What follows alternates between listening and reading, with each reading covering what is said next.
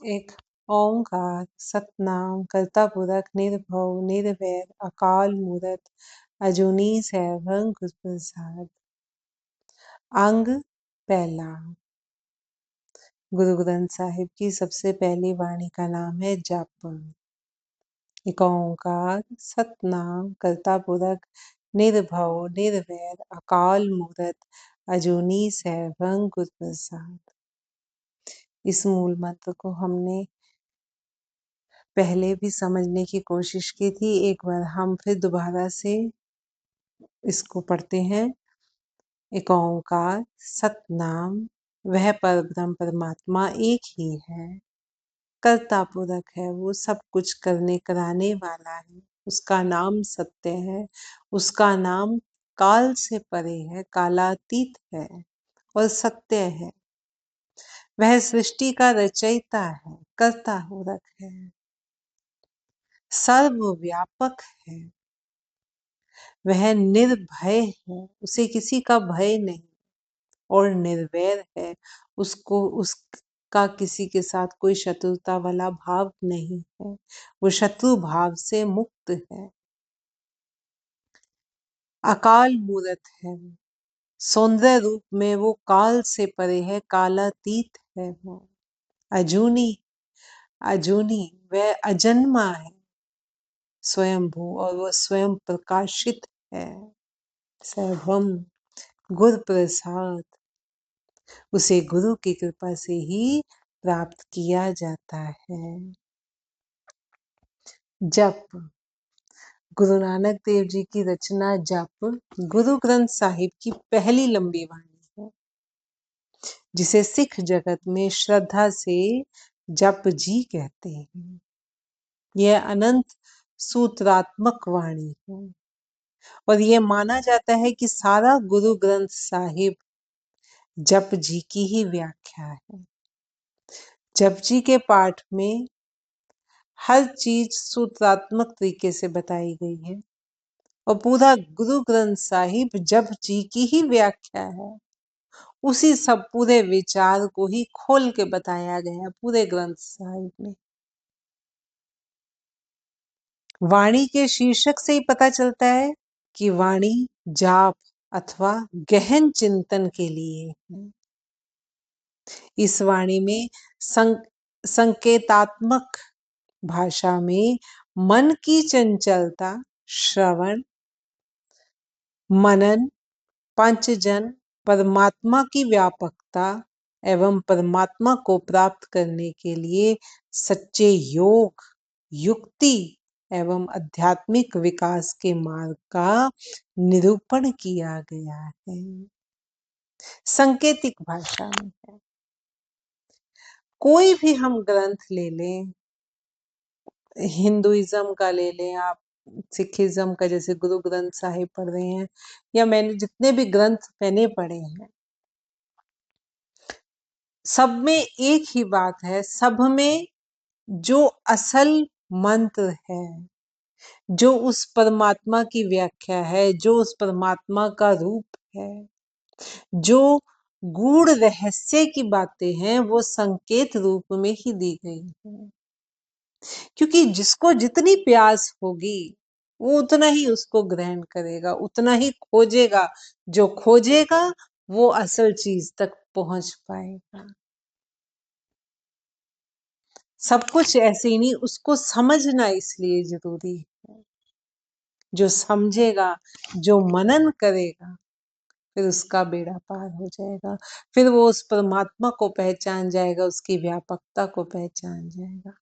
लेकिन खोज हमें खुद ही करनी होती है। ऐसे ही जपजी साहब के पाठ में भी संकेतात्मक भाषा में मन की चंचलता, श्रवण, मनन, परमात्मा की व्यापकता, परमात्मा को प्राप्त करने के लिए सच्चे योग, सच्चा योग क्या है, युक्ति क्या है, आध्यात्मिक विकास के मार्ग का निरूपण किया गया है।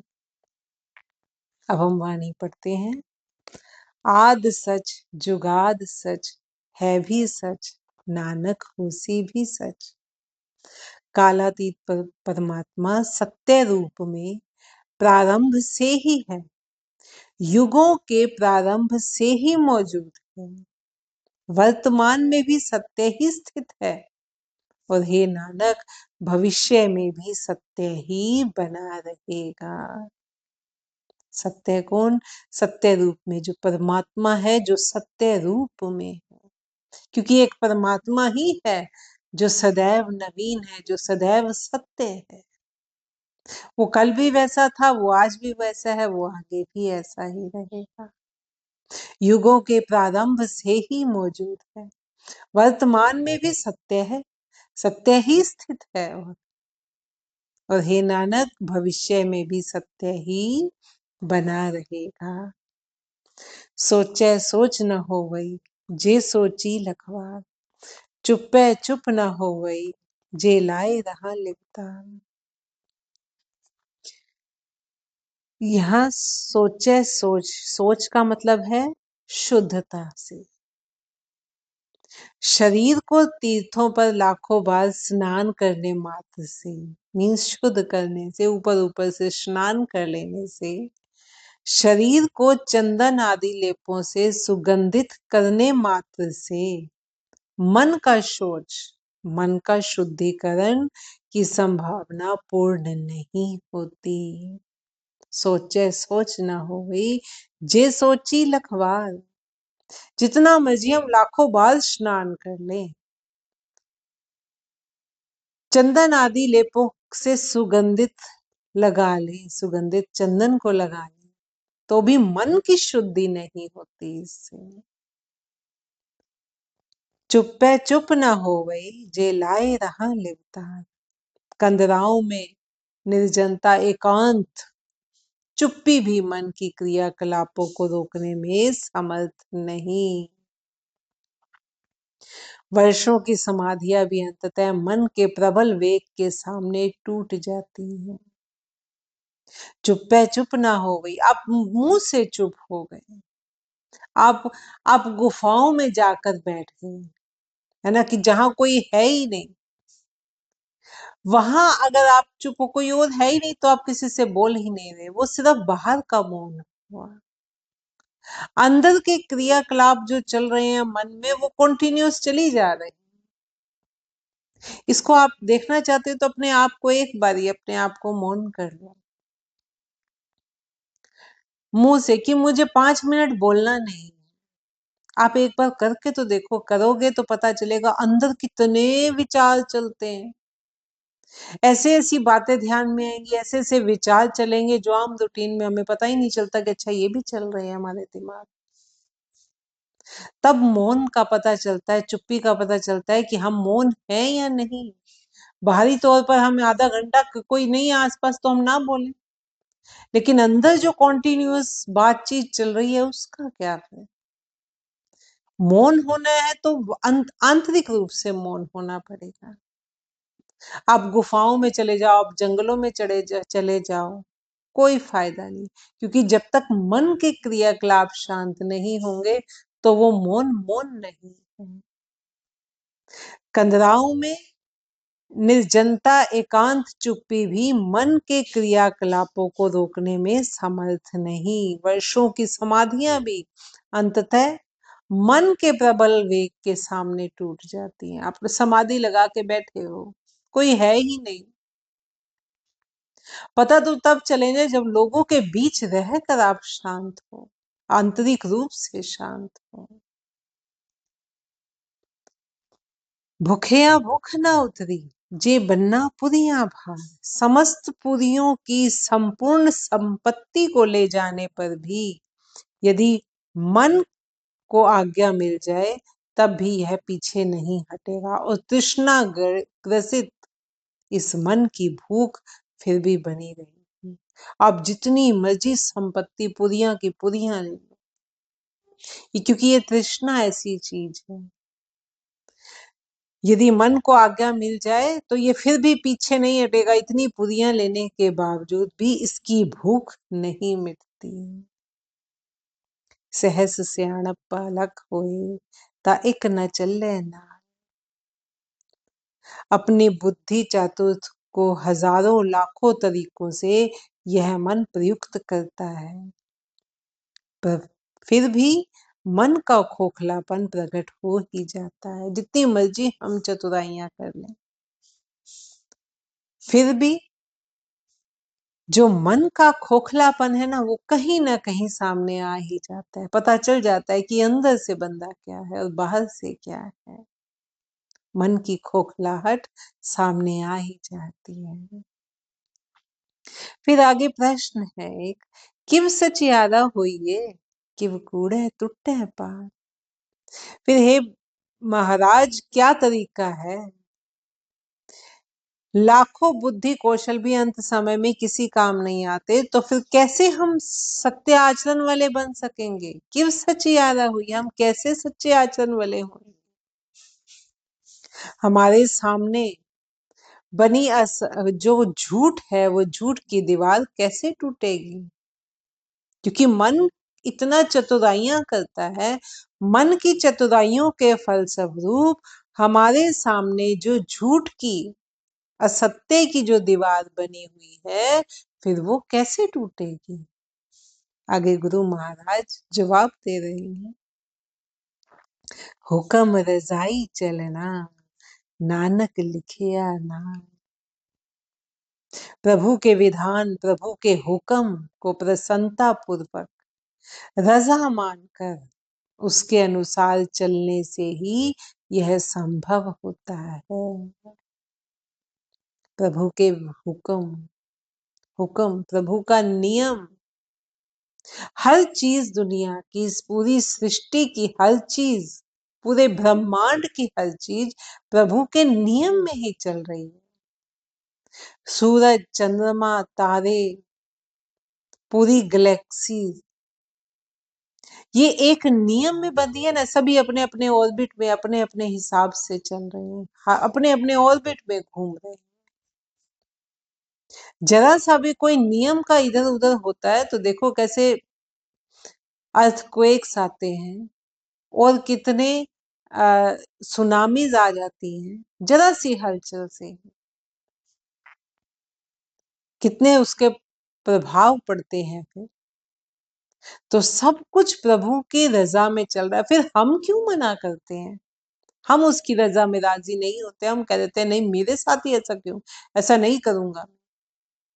दुख आ गया तो नहीं, ऐसा कैसे, मैं तो डिजर्व ही नहीं करता, ऐसे कैसे हो सकता है, नहीं हो सकता, नहीं होना चाहिए। तभी हम परेशान होते हैं, तभी हम दुखी होते हैं। प्रभु के विधान, प्रभु के हुक्म को प्रसन्नता पूर्वक, दुख आया है, सुख आया है, प्रसन्नता पूर्वक, सहजता से प्रभु की रजा मानकर उसके अनुसार चलने से ही यह संभव होता है। हुक्म रजाई चलना, नानक लिखिया नाल, यह विधान संपूर्ण सृष्टि में अंतर्निहित है। हुक्मी होवन आकार, हुक्म न कहे आ जाए। उस अनंत शक्ति, पूर्ण स्वयंभू, सैभम सत्ता के अपने सृजनात्मक हुक्म के फलस्वरूप सृष्टि की रचना होती है। वो परमात्मा जो स्वयं स्वयंभू है, जो अपने आप से ही प्रकाशित हुआ है, जो उसी सत्ता के अपने नियम में, उसका भी अपना नियम है, वो भी अपने ही हुक्म में, अपने सृजनात्मक हुक्म के फलस्वरूप सृष्टि की रचना होती है। वो परमात्मा ही निर्गुण रूप भी है और सरगुण रूप भी है। उसका निर्गुण रूप कौन सा है? जब कुछ भी नहीं था, वो सिर्फ परमात्मा भी अपने आप में विलीन ही था। जब कुछ भी नहीं था, वो उसका निर्गुण रूप है। हम पढ़ रहे हैं ना कि वो अपने सृजनात्मक हुक्म के फलस्वरूप सृष्टि की रचना होती है। उस निर्गुण रूप से वो अपने आप को प्रकट करता है और फिर प्रकट होकर वो इस सृष्टि की रचना जो करता है, उस सृष्टि का रचना करना वो उसका फिर सरगुण रूप है। तो वो क्या है? हुक्म होवन आकार, हुक्म न कहे जाए। उस अनंत शक्ति पूर्ण स्वयंभू सैभम, जिसको हम कहते हैं सत्ता के अपने सृजनात्मक हुक्म के फलस्वरूप सृष्टि की रचना होती है। और प्रभु की उस स्पंदन लीला के विधान में उत्पन्न होकर उस हुक्म का वर्णन कर सकना असंभव है। उसी विधान में पैदा होकर उस हुक्म का वर्णन करना असंभव है। उसको हम नहीं कर सकते वर्णन, क्योंकि हम जानते ही नहीं उसका आदि अंत क्या है। हुक्मी होवन जी हुक्म मिले बड़े, जीव जंतु उसी विधान उसी हुक्म में उत्पन्न होकर उसी में चलते हुए बड़प्पन के अधिकारी बनते हैं, उसके विधान में उत्पन्न होकर। और उसके विधान उसके बड़प्पन में चल, उसके हुक्म में उसके नियम में, हम ये कहें नियम हमें समझना आसान होता है, क्योंकि नियम हमारे डिसिप्लिन में, हम कहते हैं ना कि नियम में चल रही है हर चीज। तो उसके नियम में चलते हुए ही बड़प्पन के अधिकारी बनते हैं। अगर उसके नियम को नहीं मानेंगे ना, तो फिर हमारा भी बड़प्पन कम होता चला जाता है। हुक्मी उत्तम नीच हुकुम लिख दुख सुख पाइए। उत्तम माने जाने वाले तथा तथित कथित नीच समझे जाने वाले सब एक परमात्मा के विधान, सब एक परमात्मा के हुक्म के प्रगटीकरण हैं, जो उसके हुक्म के अधीन अपने किए अच्छे बुरे कर्मों के अनुसार सुख और दुख प्राप्त करते हैं। हर जीव, ये ऊंची जात नीची जात हमारी बनाई हुई है। ऊंचे लोग या तथाकथित जिनको हम नीचे कह देते हैं कि नीचे लोग, ये सब उसी के नियम में बने हैं और उसके हुक्म के अधीन ही चलकर व्यक्ति अच्छे बुरे कर्मों के अनुसार, अपने ही किए हुए अच्छे कर्मों के अनुसार, अपने ही किए हुए बुरे कर्मों के अनुसार दुख सुख भोगता है। एक ना हुक्मी बख्शीस, एक हुक्मी सदा भवाई है। कई ऐसे हैं जिन पर प्रभु रूपी हुक्म की विशेष कृपा है और जो बख्श दिए गए हैं, पर साथ ही साथ कई ऐसे भी हैं जो अहंकार संयुक्त में बने रहकर बेशक उस अनंत सत्ता प्रभु को मानने वाले समझे जाएं, पर वे उसमें लीन नहीं हो पाते।